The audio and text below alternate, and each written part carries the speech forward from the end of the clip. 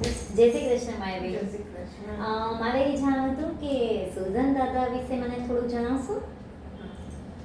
સુરધન દાદા વિશે એટલે મને જેટલી માહિતી છે એ તમને કહું છું કે દરેકના સુરધન દાદા અલગ હોય છે.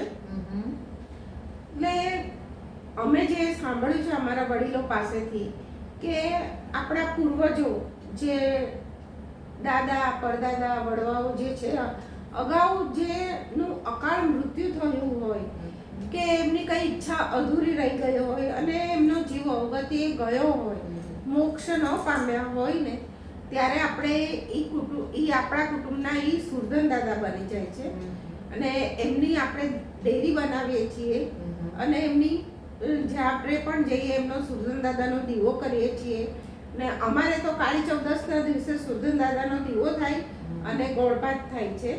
એમ દરેકના અલગ અલગ હોય છે પણ દરેકમાં મેં સાંભળ્યું છે સુરધન દાદા હોય જ છે. તમારે બી હશે ને? અમારે પણ છે, અમારે ગામમાં છે કોઈ. હા, એટલે એ તમારા હવે એવું નથી કે અમે રાવલ છીએ તો રાવલમાં પણ અલગ અલગ સુરધન દાદા હોય છે.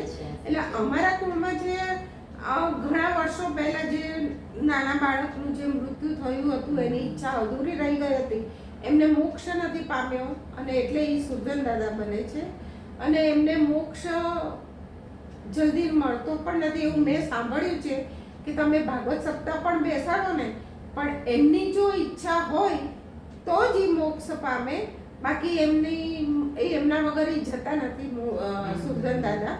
એટલે હંમેશા સુરધન દાદાને દીવો કરીએ ત્યારે એમને કહેવું જોઈએ કે અમારી કંઈ પણ ભૂલ હોય તો માફ કરજો સુરધન દાદા અને અમારા પર તમારી દયા કૃપા હંમેશા રાખજો. અમારે રીતે કુલેર અને અમે ટોપીઓ ને અને દીવો કરીને લાજ કાઢીને લાજ કાઢીને જવાનું હોય. આપણે વહુઓ છીએ એટલે દીકરી નો કાઢે, આપણે વહુએ લાજ કાઢવાની હોય છે કેમ કે આપણા રક્ષા કરે. સુરધન દાદા છે એટલે એમની અમાન્ય આપણે રાખવી પડે અને દરેક કુળના હોય જ છે સુરધન દાદા. એટલે એ તમે તમારા સુરધન દાદા વિશે જાણવું હોય તો તમારા મતલબ જે પણ મોટી ઉંમરના હોય છે તેને તમે પૂછ્યો કે આપણા સુરધન દાદા કેવી રીતે બન્યા તો એ તમને જરૂર જણાવશે. ઠીક છે, થેન્ક યુ માયાબેન. જય સુરધન દાદા.